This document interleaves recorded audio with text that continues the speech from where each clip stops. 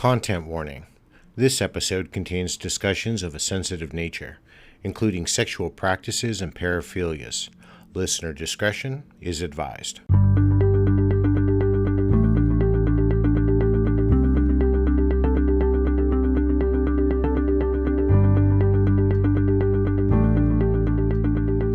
Hello, and welcome to the Kink Perspective. My name's Chris. I'm a psychotherapist and consultant. On today's show, I'm going to be pushing our boundaries a little bit. I'm going to be nudging our preconceptions and taking us far out of our comfort zones. Today, I'm going to be talking about coprophilia, or otherwise known as scat. It is the fetish of feces, and it's undoubtedly a subject that many are going to find difficult to discuss openly or even comfortably. It is crucial, though, that we kind of approach this topic with an open mind and a willingness to understand the psychological complexities that really do underline it. So I want you to kind of take a moment and appreciate that there are some fetishes out there that not all of us are into. That there are things that are a little bit more taboo, but that's kind of why we were all under the umbrella. And what really kind of sparked this for me was the other day I saw somebody apologizing for liking something that they were into. And I don't believe inside of this community, within given circumstances that we are all, safe and sane about and legal about, that we should be apologizing for. So it really kind of did inspire this for me today, and it's a world that I had to kind of learn a little bit about, to understand a little bit more about. And yeah, it's not the most comfortable subject matter, but today we're going to explore it. And I really think that it's a good subject to kind of dive into, so to speak. So, without further ado, we need to understand this a little bit more. So, coprophilia, or often referred to as scatophilia, it's really this complex phenomenon within human sexuality characterized by an intense sexual interest in feces, or fecal matter for that matter. This interest can manifest in a lot of different ways, including touching, smelling, tasting, or experiencing sexual arousal from the sight of feces itself. And that's what makes this fetish a little bit more unique. However, though, coprophilia is more than just a definition. It represents a real complex aspect of human sexuality that requires a deeper understanding of its psychological underpinnings here. Now, while coprophilia may seem shocking or repulsive to some, it's essential to recognize that paraphilias like coprophilia exist on a spectrum of human sexuality behavior, and that, as long as it's not harmful, is normal. Now, like other paraphilias here, coprophilia involves a combination of psychological and biological and social factors that do contribute to its development and its expression. And by kind of looking at these underlying factors, we're going to gain a little bit more insight today and open the diverse range of the human sexual experience and desires. Now, it's not just about defining this term. It's about acknowledging and respecting the diversity of human sexuality and the things that we are all differently into. And by kind of going into the psychology behind this a little bit more today, it kind of helps us understand the interest into this, and we can provide a better avenue for support that maybe for those who are looking and are wanting to keep exploring, or support our partners who are maybe have an interest in it.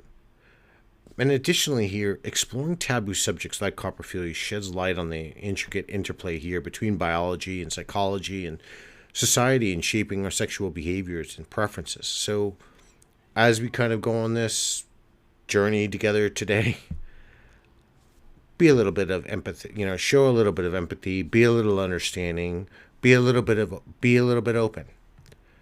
Because yes, it's not a subject that we all are comfortable talking about. It's not comfortable enough when we typically are going to the bathroom and telling people what we're going to do, let alone being attracted to some parts of that. So, first I want to kind of give a little bit of a deeper understanding here into this definition, and then I'm going to kind of take us forward. So, scatophilia is really a complex phenomenon within human sexuality. It's has been looked at in a few studies, and I have them, and I've actually read them. But overall, the phenomenon itself isn't that widely researched. That's because there is this tendency, I think, for judgment of people who are interested. These communities, though, they're quite far and wide-reaching. I mean, there are, even in mainstream pornography, there is quite a few references to it. There was a famous video years ago. I think everybody kind of heard the rounds of two girls in a cup, or two cups, and I believe it was two cups or two girls in a cup. And if you didn't know, you sure knew what that meant afterwards when you saw that video. But this intense sexual desire and feces within people, they aren't just involved with just, it's not just driving because they think it's taboo and they shouldn't do it. It really is about, for them, the touching and the smelling, sometimes going as far as tasting, or sometimes the experiencing sexual arousal from the sight of it. They can't control it. It's not something that makes them feel it's not wrong. It is something that's just inherent inside of them. Now, while these behaviors might, for some of us, be or feel unusual, they are practiced widely in dungeons all over the world. There are mistresses that specialize and masters that specialize in this. There are, DS dynamics that are centered around this. A lot of it does sometimes center on degradation and humiliation. Sometimes it's about the sexual desire. Sometimes it's penance for certain things. There are all of these different psychological components to it. Now, we have to understand it sits in a range of sexual behavior that is a little bit more extreme, and that's okay. There's nothing wrong with that. Now, beyond the surface definition here, coprophilia involves intricate psychological dynamics. It's not merely about the fascination with feces itself. Rather, it often reflects a deeper psychological need and desire, and even sometimes a coping mechanism. Now, in this one study, and this was conducted by T.E. Hall et al., they offered some really valuable insights into the psychological aspects of this. In this study, the researchers conducted a detailed analysis of a patient that was diagnosed with this. And when I'm talking about references and studies and diagnosis, that tends to be it can be with any type of fetish or any other disorder or paraphilia, in a manner of speaking, that actually is starting to interfere with your life. If it's intrusive thoughts on a daily basis, it's keeping you from working. This has been ongoing. So this person was diagnosed with this, and it really started to take over their life. Now, that's not the same for every person, so if you have an interest in this and you're listening to today's show, this more than likely doesn't apply to you. If you are experiencing some of the symptomology, you may want to talk to someone. You can reach out and have a conversation. That's quite okay as well. I'll cover more of that at the end of the show. Now, in this research, or in this study that was done, they explored the psychological motivations, the characteristics, the behaviors associated with the condition. And what they found was that the behavior was more linked to early childhood experiences, sometimes trauma, even as a coping mechanism, or as sometimes the sexual arousal patterns started to happen. Now, the study did highlight the role of coping mechanisms in handling emotional distress, and scatophilia served here as a maladaptive coping strategy for the person. And it does shed light on the intense sexual arousal experienced by individuals with coprophilic interests, indicating a strong association between feces and sexual gratification. What is unknown is how that develops. If it's neurological, which that doesn't, just because if I say it's neurological, it doesn't mean there's something wrong. It just means a potential different rewiring, just like with masochists who enjoy pain to feel pleasure, right? Now, as we understand these psychological dynamics, it's crucial that we, we're not looking down upon anybody. I don't hold anybody that's holding different sexual preferences or desires in a different light from myself, right? But we need to understand that this is something that people want to explore in a safe and consensual manner with somebody who is going to be involved in this type of play. It's not unlike a sadist getting involved with, maybe a potential little and then saying, oh, well, I want to beat you. And then, you just do it and they're not a masochist, right? You're not going to get involved with somebody who's into this type of play and do it with somebody who's not into it or doesn't consent. So more than likely, you're going to have much deeper conversations. You're going to have a lot more trust building here because this is not something you're going to be just kind of rolling out on a Tuesday night. Maybe after you're comfortable, but I kind of think this is going to be a conversation that's going to take a little bit of a time to discuss, and it's not going to be easy. And that's going to be definitely more surrounding through its taboo nature and its sensitivity. And if we think about it, it probably is highly stigmatized in society. I mean, to think about we want to touch fecal matter or roll around in it or smell it because it's bringing us an arousal. This isn't necessarily societal normal behavior as we would understand it, but that doesn't make the behavior antisocial, right? So I want to kind of bring up some distinctions there. And this is actually, there is no distinction between males and females as far as liking or being involved in this fetish. There's no studies conclusively prove whether it's more female or male driven.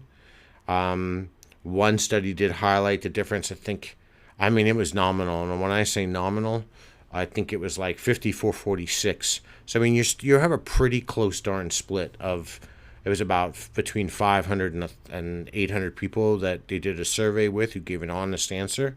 So just you have to hope that came back. And that's quite a close correlation. But I think fantasizing, for many, that's where the fantasy, or that's where this fetish possibly begins. The fantasy of it. I could understand somehow being a coping mechanism when you were young for childhood distress or extreme traumatic distress. It's a way to separate yourself from a possible traumatic memory where you're lost in some other sensation. So instead of feeling pain, you're feeling pleasure, but it's gone to an extreme. There are some historical and cultural perspectives here, and I really kind of want to touch base on that because I think it's important to note that this isn't something new, that there are depictions of this going back, and there is a lot throughout actually history, surprisingly to say, about this fetish. So, coprophilia has actually been mentioned in various cultural and historical contexts, albeit often in a veiled or more so indirect manner. Ancient texts and artifacts hint at the existence of practices of this nature, suggesting that this phenomenon is not really recent, but has a persistent and present space in human society for centuries.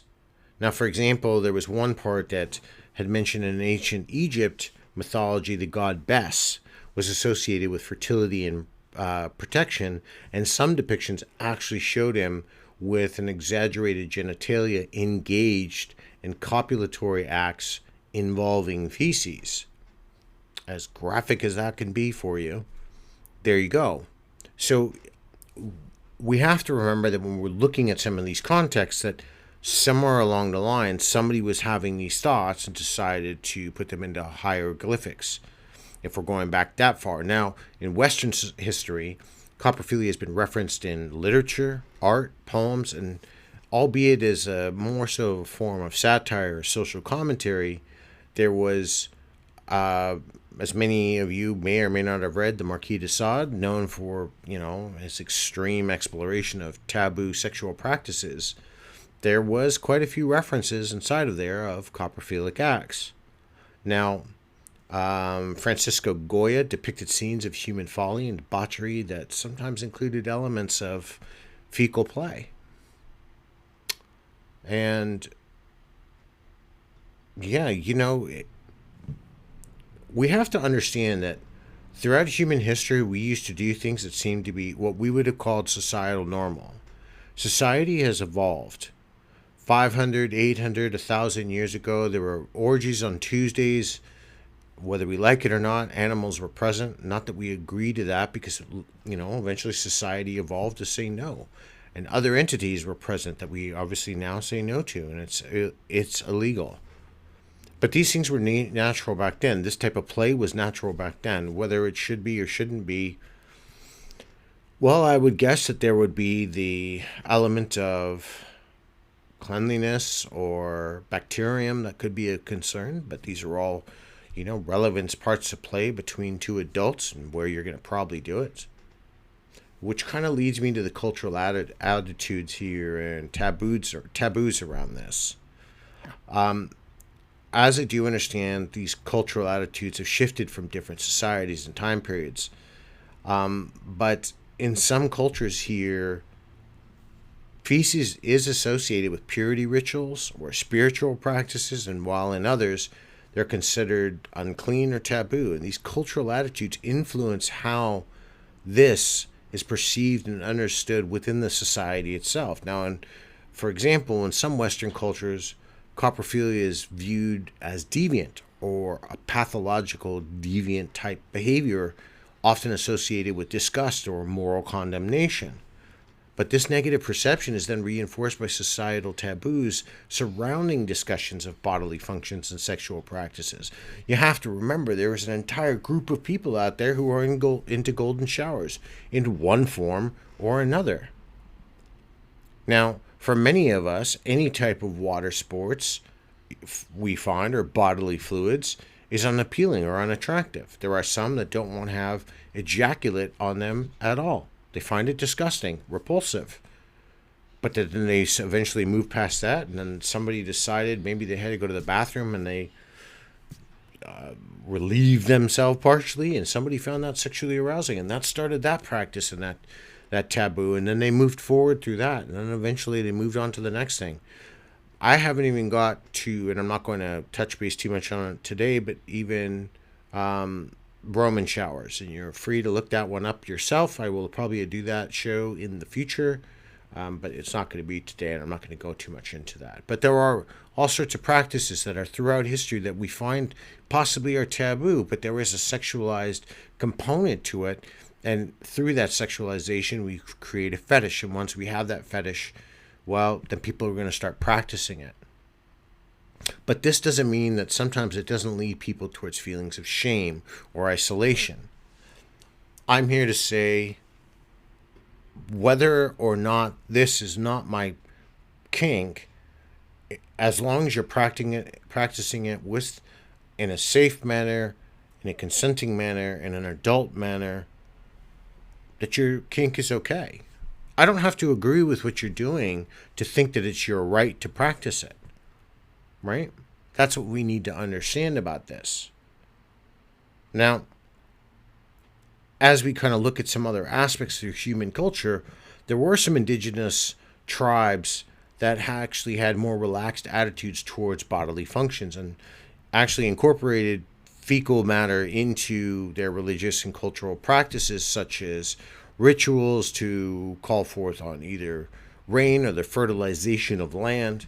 And in some of these societies, it became a natural aspect of human sexuality rather than something that was abnormal. And it was more practiced openly.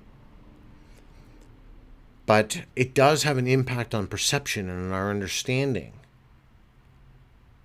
And cultural attitudes do shape our beliefs and our values and our behaviors, and they influence our acceptance or rejection, for that matter, of certain sexual practices, whether we want to or not. But 60 plus years ago, beyond the gay revolution, even further back when they were trying to come out, people didn't think it was correct. There was no societal acceptance, at least not in American Western society. Different cultures around the world have different acceptance patterns. There are still countries today that don't. But over the last 60 years, they came out and fought, and it's widely accepted. I mean, frankly, I don't care who you're having sex with or what you're doing, as long as you're safe, it's not harming anybody, and it's consensual. Beyond that, and not illegal. I want to add that in. Sorry, I want to put that part in there too. But, there isn't a need if you're doing things that you enjoy or you're going to explore. Part of this lifestyle is also exploration. Now, this may not be our taboo. But there is a wide range of things that maybe I'd explore it or maybe I'm not. I'm not for, religious play. So there's not going to be a whole lot of push into it for me. And I'm not going to try it. But there's entire communities built around it, right? It's about impact and the perception. Now, coming back to the subject, the betrayal in literature and art and media contributes to the whole formation of societal norms and stereotypes, and these representations either enforce or reinforce, for that matter, a stigma and prejudice against people, or they do challenge the existing perceptions and promote a little bit more understanding and even exploration. And that's what I'm doing here today. I'm not going to talk down about it. I don't have to enjoy it, but it doesn't mean I'm going to condemn it. And if other societies and other cultures can accept it or even use its practices for different ritual purposes or different parts of enjoyment, then it bears weight that we need to explore it and talk about it. That's why I created this show. It's not just to talk about fluffy bunny stuff and submissives and getting spanked and orgasms. That's been done. This is about really getting to the heart of the matter and exploring and understanding why we do or why we enjoy certain things. So, yeah, whether the subject matter is a little uncomfortable or not, hopefully we're learning something here today. Now, there are some psychological explanations I kind of want to go into a little bit more here.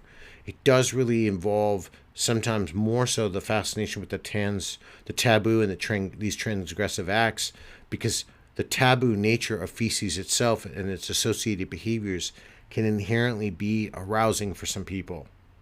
And because they know this, they are willing to engage in these activities that are seen to be forbidden or socially acceptable, can actually heighten that excitement and arousal level, and they contribute to the appeal of coprophilic interests. And they actually don't stop people, they actually drive them to do more. I mean, if you think about it, we can apply that to a lot of things that we do within the lifestyle itself. While we're doing things, public spankings, or we're going to dungeons and putting on demonstrations, because we're pushing the limits of what we know. This is just another limit that not everybody's into. Now, the power dynamics and control play are a significant role in these types of fantasies and behaviors. Now, for some, engaging in this acts represent a form of power exchange where one partner exerts dominance over another. So we're adding in the element of degradation and submission, and the act of defecating on or being defecated upon can actually be seen as that act of submission or dominance here. And it can really depend on the role each person has taken, but one thing that's for sure is the dynamic will become more psychologically arousing, because what we are talking about is an extreme act of trust, humility, vulnerability, and sexuality. And there is potentially a sense of control or surrender that's obviously appealing for those two who are involved. Now, again, I'm not trying to promote this. I'm just trying to help us understand it. And based on a lot of the things I've read and some testimonials that I've read, I'm going to be I'm paraphrasing some of this. Now, the sensory stimulation around this can more aptly be characterized that they're looking at textures and smells and tastes that invoke these intense sensory responses in the brain. And they activate these pleasure sensors, not unlike we've seen inside of masochists. And for them, or for those who participate in this, it enhances their sexual arousal. And this, even something like smearing this on their body or engaging in other tactile sensations can provide, where maybe engaging in sex while this is between the two people really enhances their sexual experience. I understand. I'm not trying to be overly graphic. I'm trying to help us understand this. And unfortunately, it's a sensitive topic. Now, interests here inside of this may involve sensory experiences beyond just the physical of the matter itself. But it's the anticipation, that buildup of arousal leading to engaging in these acts can also be a significant aspect of the sensory experience. That weight, the highlight, the buildup, all of that anticipation it's like anything else when we're doing even orgasm denial. I'm trying to find things that I can understand it and connect it to, and I can see how these acts could be quite a buildup.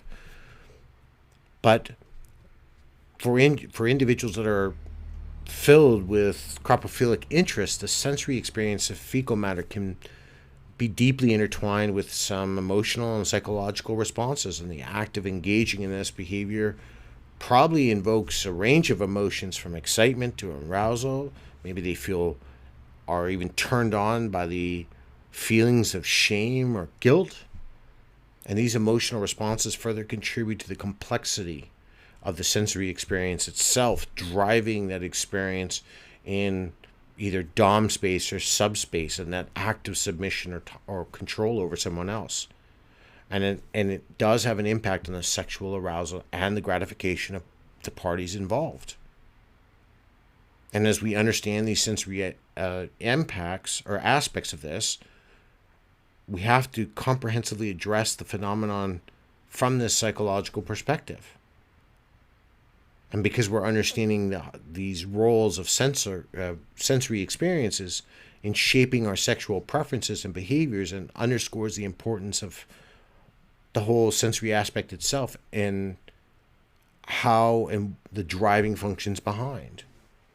Now, short of ripping somebody's skull cap off and plugging them to a machine and starting to gas, I think it's going to be like any other pleasure center where there's been something else that's pushed them into one nature, whether it's they're younger or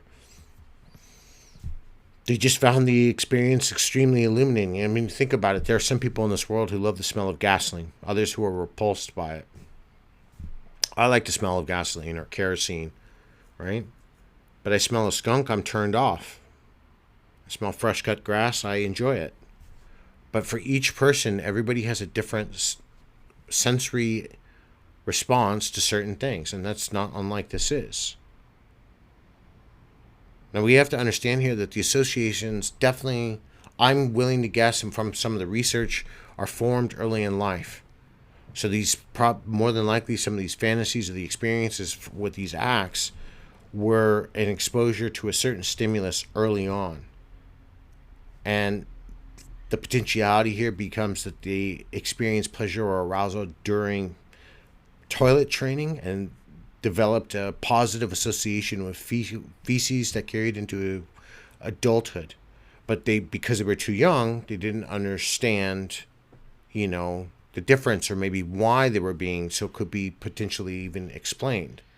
Now, even traumatic experiences such as abuse or humiliation can contribute to the development of these interests as a coping mechanism or a means of reclaiming control. And then there's the fantasy aspect, and that's, for a lot of people who are just interested or curious, the act of fantasizing about engaging in this type of role playing is a primary, even a primal source of arousal. And this fantasy allows people to explore their desires and fantasy in a safe and controlled environment, free from constraints or reality, and never really going beyond their imagination itself. Now, we do have to remember that imagination is the most powerful tool in sexual arousal. And we create these elaborate scenarios and experiences and then fulfill our desires through them. Now, some of us go through with our fantasies and some don't. But for some, they are going to pursue this. Now, there's no real way to determine the prevalence of coprophilia. There's not. Because of its taboo nature and limited research available, a lot of the studies on sexual behavior focus on more common interests. But as people are starting to note and research studies are becoming a touch more liberal in the questions and privacy that they're asking, we're getting different responses now.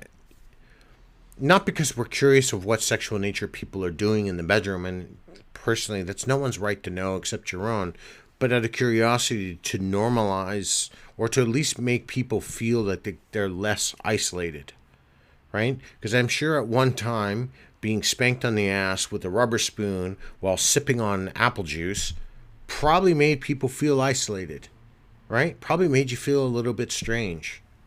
And then once research came out about it and you discovered others were into that too, you didn't feel so alone. Now, this type of act is done all over the world. And I know in a lot of different BDSM subgroups around the world that I've, decided to look into when I researched this subject, I didn't find too many countries that didn't have a group that was involved in this one way or another. So if you're out there and you're listening, you're not alone.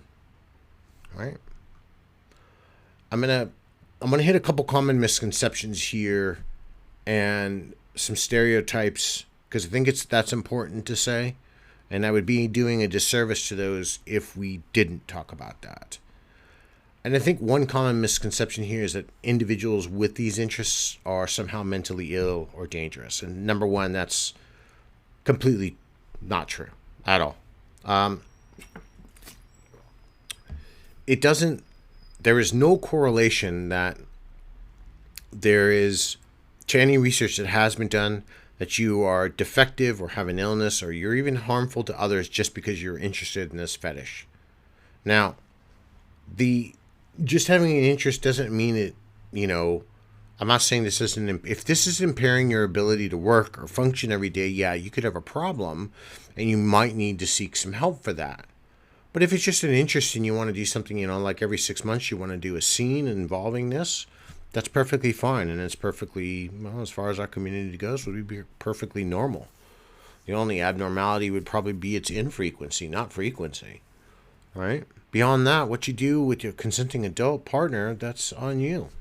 And it's not for our community to be judging. And as a matter of fact, the people who are going to have a problem with this episode today, I probably think it's, then how real accepting are you of people inside of the community, right? So what potential stigmas or judgments surround this that might have some negative effects on people with these interests? Well, I'm one to think that the fear of being judged or rejected by others can lead to feelings of isolation and secrecy, shame, right? These are powerful motivators to keep people in the dark. But we have to kind of challenge these stigmas and promote an understanding of a lot of the different fetishes inside of our community. And if we're going to accept our diverse sexual preferences as something outside of normalized society, then we're going to have to accept that there is a lot more, just because we don't practice them, there is a lot more out there than what we are just willing to do ourselves. So, humanizing people, John down the street or Michelle the hairdresser, they're human beings and they're individuals, and sure, maybe they have something that's a little bit more unconventional as far as a sexual preference, desire, or fantasies. We're not going to be dehumanizing them, and we're not reducing these people just to their sexual behaviors, right? These are still people with hopes and dreams and experiences beyond their desires. And if we look at people like this and we look at them with a little bit of humanity and empathy, well, we break down further what we are doing here and not doing here, right? Again, you don't have to be involved in this kink or water sports or blood play or edge play, but that doesn't mean you should be out there judging it. If you don't like it, then move on. It's not your kink. Your kink is not my kink, but your kink is okay, right? I told that to someone earlier this week. Don't apologize for liking something. The other person may not be involved in it, but don't apologize because you like it. Be proud of who you are and don't be ashamed, especially with, at least of all the places you shouldn't be ashamed. You shouldn't be ashamed of something you like within the community itself. Now, I appreciate this has been a difficult discussion today. It's not the easiest of discussions to have. The subject matter is a little tough. But I'm hoping that I provided a little bit more of the psychological associations to why, maybe some of the attractions to why. If you are struggling with like it, maybe you understand there's nothing wrong with you. That you're part of the complexity of human sexuality, and there's cultural implications here, there are spiritual implications here. As long as you're taking care of yourself, you're being, again, open and honest with a partner, you're both consenting, and you both want to experiment, well, do so in the privacy of your home, and do so free of judgment. I know I've had a couple of people that when I started this conversation a few days ago get a hold of me and say thank you. And, I'm not knowledgeable in this area, so I said, take a look online, put that in and maybe type forums and see if there are forums for this. And see what world that you're going to go down, right? I mean, BDSM, it's its own rabbit hole. Each fetish is its own rabbit hole. And this one isn't. This one's a little bit more of an extreme rabbit hole, maybe off a little bit, further down the patch. But that's okay. Your exploration is valid. Your sexuality and your interests are valid in the things you do. So I do want to thank everybody for this, this. If you made it this far, appreciate you sticking around for this discussion today. And it is a little bit of more of a challenging topic than I'm sometimes more comfortable discussing, and I should be very comfortable discussing things, but I wanted to discuss it, and it was important. My print book is now out, so Tangled Desires, the intersection for BDSM and psychology, is out. You can get it in print if you had been looking for that. It's now available. My new podcast, my True Crime BDSM podcast, I will be telling you all next week. I will start putting up the links to Twitter and Instagram, so you can follow that one there. That'll be launching soon, but it should go out hopefully this month. I will give you the full name of it next week. I'm going to be dropping probably this upcoming weekend or early next week. I will drop the name of it with the new logo I had created by a talented person out of Chicago. I don't know. Getting back to the subject matter, though. I know it's a tough subject, but if you feel like discussing it, I'm going to open up the comments. Please, give me your thoughts, maybe on somebody or an experience or a curiosity. We should be in the realm of human sexuality, comfortable enough to discuss the things that we like or are interested in, and be free from fear, free from judgment. Because that's what brought us to this community in the first place. And anybody who tells you differently, or anybody else is out there and starts pointing fingers and says you're weird, the only person that shouldn't be a part of this community, and they're telling you shouldn't be a part of the community, well, that's not a person I'd want in my community. I don't want isolationists, I only want people in here that think only one type of person or fetishist belongs. Right? Safe, consensual, and legal. That's what matters. If this is the first time you're listening to me, please like, subscribe, hit the follow button, rate me 5 stars on the Spotify app. Please, the more you do, the more people that find out about my show. I keep the show for free. I don't want to, I'm really trying to fight against putting some ads in here. I want to keep this free, and I don't want to monetize this. Trying to do the best I can, everybody. You notice in almost 3 years, I've never asked for anything, so I'm just asking you to do that. If you can do that for me, I'd greatly appreciate it. Until next time, everybody, be safe and stay kinky.